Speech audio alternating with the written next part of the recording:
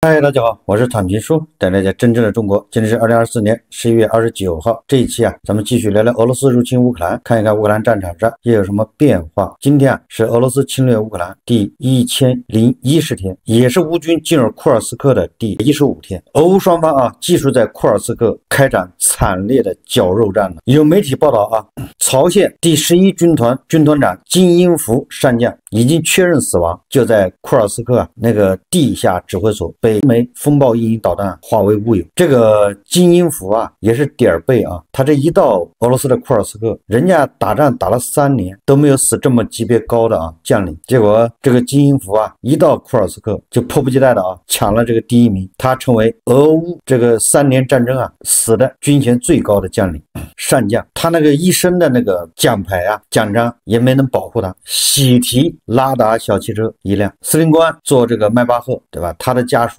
领一辆这个拉达小汽车也还不错。11月28号消息说乌克兰武装部队向俄罗斯领土发射了海王星制导导弹，这是来自俄罗斯国防部的消息。据俄罗斯国防部称该导弹被俄罗斯防空部队摧毁。此外，俄罗斯的防空系统还摧毁了乌克兰武装部队向俄罗斯领土发射的49架无人机。一天前，塞瓦斯托波尔发布了空袭警报信号，随后记者在社交媒体上援引监测部门的消息称，一枚从南的奥德萨发射的导弹在黑海上空被俄罗斯防空系统摧毁。当然了，根据惯例那都是同归于尽这个俄罗斯的防空系统恐怕也是化为乌有。根据乌克兰方面报道说今天也就是28号，乌克兰的特种部队在俄占领区克里米亚成功实施了一次行动，摧毁了价值500万美元的俄罗斯的雷达系统。该雷达系统是一款移动固态3坐标雷达站，专门设计用于探测低空和极低空的空中目标。它配备了相控阵雷达，即使在复杂的干扰场景下，也能探测低空和极低空飞行的机载物体，也就是那个无人机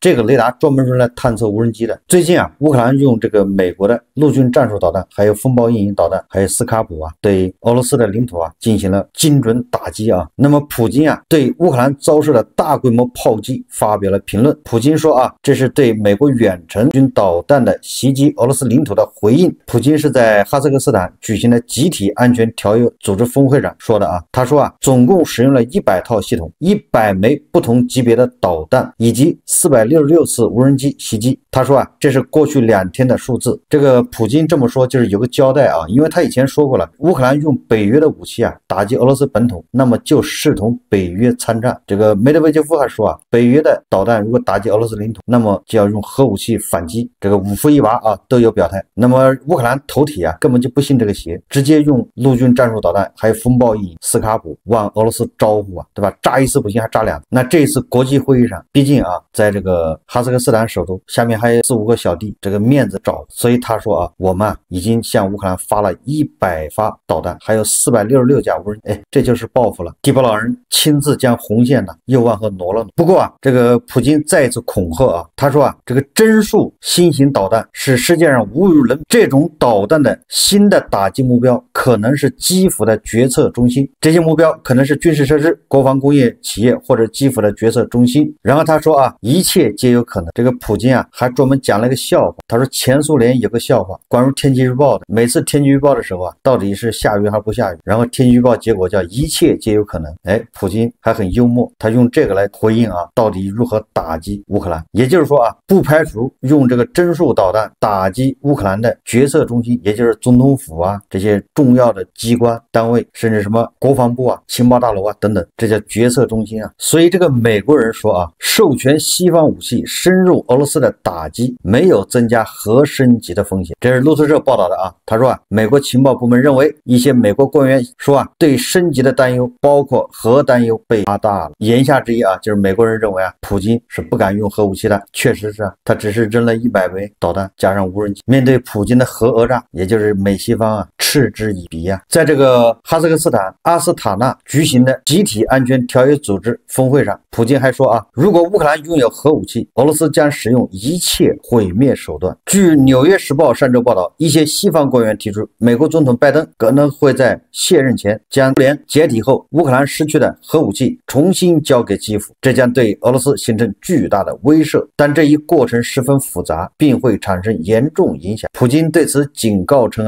俄罗斯绝不会允许这种情况发生。他表示，只有那些对人类命运和世界和平不负责任的人才会提出这样的建议。普京做了这种强烈的回应反而让我觉得这个战术核武器回到乌克兰很有可能，因为在3年前呢，也就是2022年6月份的时候，美国援助乌克兰就陆军战术导弹，当时普京和绍伊古就说了，如果你用援助陆军战术导弹，你能打300公里的这种导弹，那立马就是核武器。结果你看2年过去，300公里、500公里的导弹都到了乌克兰。现在这个北约现在在密谋准备援助乌克兰1000到5000公里的这种巡航导弹，也就是战斧式巡航导弹。所以说既然外界在放风，对吧？说要把这个失去的核武器重新还给乌克兰，俄罗斯人也当真了，俄罗斯人暴跳如雷非常紧张，那就说明这个事情恐怕正在推进。现在还是给俄罗斯人给普京心理建设，先给他打个预防针，对吧？你也别着急，反正今天给不了，总有一天呢，这核武器就过去了。因为美西方已经完全掌握了普京的这个心理，他是绝对不敢用核武器的。用泽连斯基的话说普京热爱生活，他好日子还没享够。这个绍伊古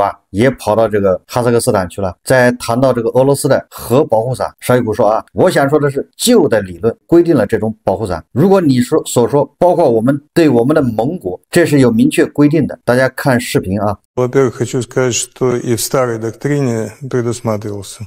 этот зонтик, как вы говорите, в том числе и на наших союзников. Это было ясно и четко обозначено. Что то, что касается новой доктрины, естественно, там речь идет в первую очередь это страны ОДКБ, имеется отдельное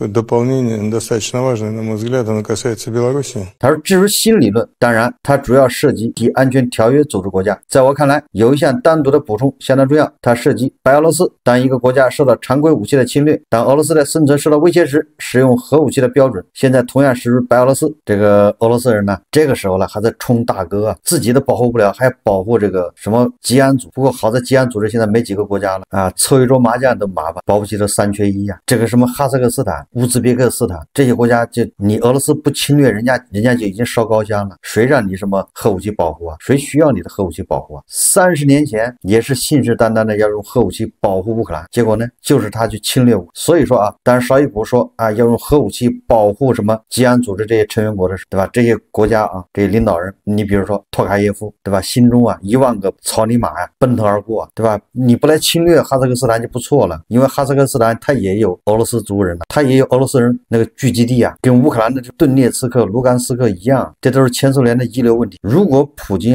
在乌克兰得逞，他马上就要跟哈萨克斯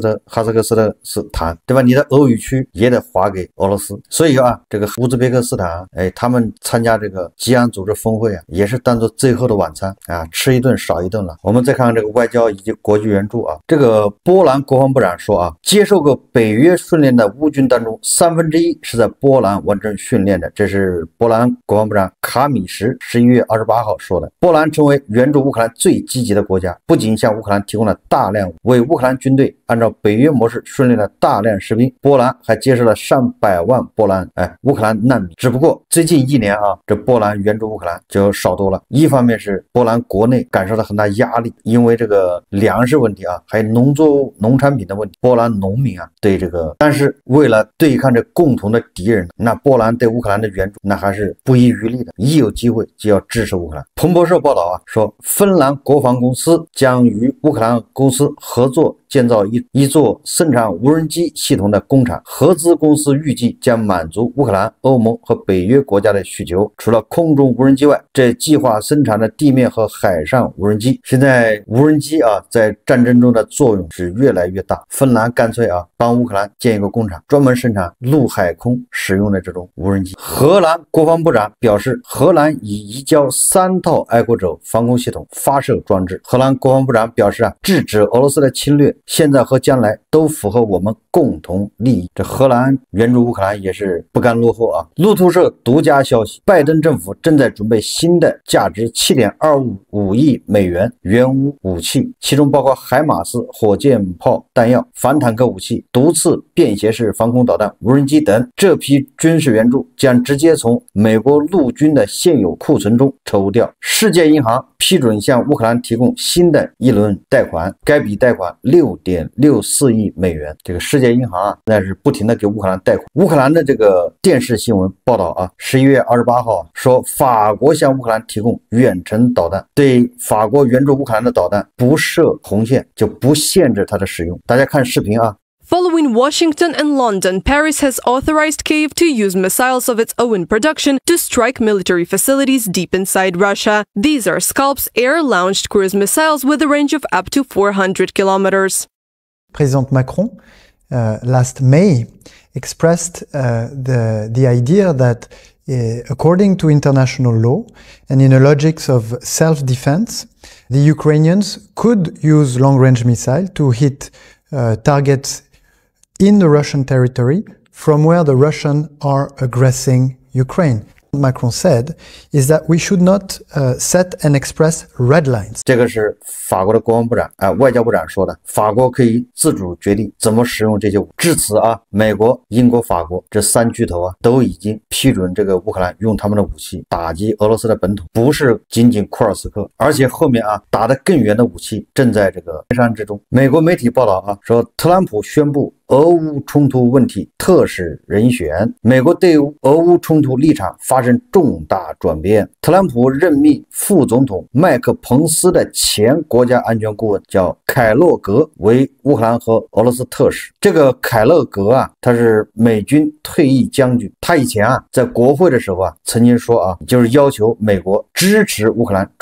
打败俄罗斯。他这么说的，他说让乌克兰打败俄罗斯，就等于少了一个战略对手。这样我们就可以用精力对付我们主要的对手，也就是大国。虽然啊，这个凯洛格啊，他说把主要精力对付大国，但是啊，我在去年还是前年，我都一直反复强调，很多黄俄啊，做梦都想的是联俄抗美，甚至有的黄俄做梦让俄爹在前面抗美，俄爹现在举的是反美大旗，反霸权的大旗，这个纯粹是想多了。假设大国跟美国不对付，那最好的办法对大国来说，不是联俄对付美国，而是先把俄罗斯给肢解掉，因为俄罗斯在大国和美国之间，它是个不稳定因素，它一定会两边横跳。你看看这个凯洛格就是这个态度，对吧？从美国人角度来说呢，先把俄罗斯给干掉，然后专心致志的对付大国。实际上从大国角度说也是一样的，把俄罗斯给灭掉，让它肢解，然后这样好专心致志的跟美国。没有必要留着俄罗斯啊在里面横跳啊，没有必要留着俄罗斯在里面余力。俄罗斯现在在水里面，它已经咬钩了，它想脱不了。所以呀，这个时候美国和大国应该呀高度默契，一起呀送俄罗斯上路，不能像小黄那样想，对吧？绑着俄爹去跟美国啊搞什么对抗。俄爹是拖油瓶，你看那仗打得多拉，俄爹也没那个胆，都打成这样了，核武器都不敢用。俄爹他除了敲诈大国，他什么也不行。你指着俄爹去对付美国，你看看现在美国300公里的导弹给了，炸俄罗斯领土也炸了，俄爹啊拍拍身上的灰尘，擦一擦脸上的血，微笑着说没事，我也报复他了。就指着俄爹这样还跟美国对着干，叫所托非人呐。俄爹这次吃的亏，他一定会啊在美国和大国竞争的时候啊，他要从中把它捞回去。东方不亮西方亮，现在是东方亮，在战场上失去的，他要在东方捞回来啊，这就是俄爹的德行。所以在这一点上，美国应该跟大国一起，对吧？求同存异啊，这个拖垮俄罗斯，这个是大家一致的。而现在啊，俄罗斯国内可以说啊，已经在崩溃的边缘。这两天啊，俄国卢布汇率崩盘，股市崩盘，对吧？从阴跌一路阴跌到现在狂跌，实际上就是预示俄罗斯的经济正在走向崩溃。连人民币对卢布现在都已经大涨5%，1元人民币可以兑15元的卢布，将近16元。好像有黄俄啊，把人民币换成卢布存在俄罗斯银行，因为它的利息是21%，你存100万卢布，1年之后啊，你就能拿到121万，这下傻了吧？你扛不住卢布贬值啊！这个卢布贬值啊，主要原因就是受美国对俄罗斯企企业发动了新一轮制裁，尤其是俄罗斯天然气、石油什么工业公司，然后油价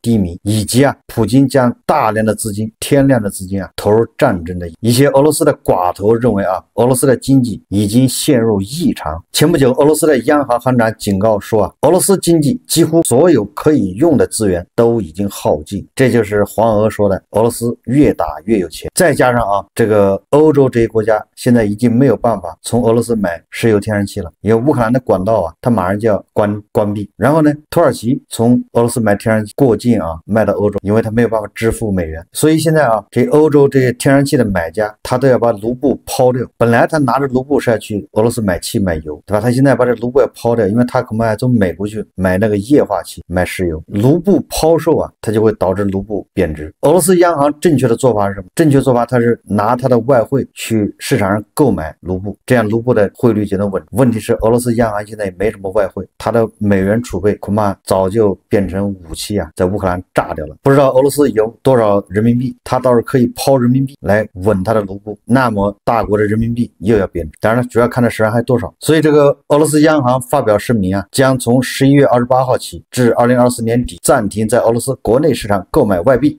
此决定将有助于减少金融市场的波动。购买外币就是抛卢布至于2025年，那要根据该国实际经济情况再行决定是否恢复购买外币。当然了，有黄俄说俄罗斯人家早就被制裁了，自己玩的是内循环，所以说什么汇率贬值关系没有任何影响。这就是典型的掩耳盗铃，叫走夜路吹口哨，自己给自己壮胆。为什么呢？连普京都要找个理由解释一下。昨天这个佩斯科夫他对记者说，跟黄俄的态度是一样的。他问记者你靠什么发工资靠卢布，卢布一个月20万卢布，还不是给你发20万卢布吗？这种解释显得很无知，因为他马上俄罗斯物价就要飞涨。你看普京他找个借口解释一下，说俄罗斯总统普京表示没有理由对卢布汇率感到恐慌。他指出，当前卢布汇率的波动主要是由于财政支付和季节性因素造成的，这意味着普京试图向公众传达一种信息，这些波动是暂时的，并且在预期之内，而不是表明经济基本面出现了严重的问题。政府官员这类声明往往旨在稳定市场情绪，减少资本外流，并维持投资者的信心。黄俄说反正美西方也不跟俄罗斯玩，哪有什么外资那还有2个印度这俩印度刚才说了这个人民币对卢布涨了 5%。俄罗斯人如果要买卫生纸、买电冰箱、买洗衣机，价格是不是要涨就这么简单的道理，黄俄他就整不明白。他从印度买那些香水，买那个印度神油，那价格也在涨卢布对卢比，因为卢布在贬值以前俄罗斯人买一瓶印度神油要1万卢布，现在恐怕要15000卢布，你说物价涨没涨，对吧？他到印度去采购印度神油那是按卢比结算的，人家按卢比报价，或者是按美金报价。而俄罗斯很多工业品都是要进口，从2个印度去进口，你说它的物价是不是要飞涨，马上飞起来？我们再看看这个对俄罗斯来说对普京来说，那简直叫屋漏偏逢连夜雨。这边美西方对乌克兰的武器进行解禁，授权乌克兰，对吧？用这个风暴翼什么陆军战术导弹，什么斯卡普炸俄罗斯的本土，结果国外又出问题了。这个土耳其总统埃尔多安终于顺手对吧？趁机又给了迪保老人一个窝心脚这个叙利亚的自由军向叙利亚政府军发动突然袭击开始对叙利亚大城市发动进攻，目前占领17个定居点，而且离这个叙利亚的首都好像只有几公里也就是这个叙利亚的自由军已经达到这个什么阿勒颇附近。他这个自由军背后就是土耳其，这个是秃子头上狮子明摆着。当年为了这个自由军，土耳其不惜把这个俄罗斯的一架战斗机给它击落。现在趁着大地无暇顾及叙利亚，这个土耳其的总统埃尔多安，对吧？假装跟以色列跟小霸王在那儿较劲，对吧？表面上看矛头指向中东，实际上他回手就给这个叙利亚一拳。表面上看他是打这个叙利亚政府军，实际上打的就是普京所以今天这个叙利亚的总统萨德紧急飞到莫斯科去了，搬救兵去了，说明这个土耳其人这一拳又准又狠。俄罗斯，对吧？迪保老人已经是叫泥菩萨过河，自身难保，他哪还有空去管叙利亚？再说他也不敢得罪土耳其还指着土耳其欧洲卖点气呢。所以迪保老人现在真正的是内外交困已经是山穷水尽。好，这期节目我们就聊到这里，感谢大家收看。如果喜欢我的节目，欢迎订阅、转发、留言、评论，谢谢大家。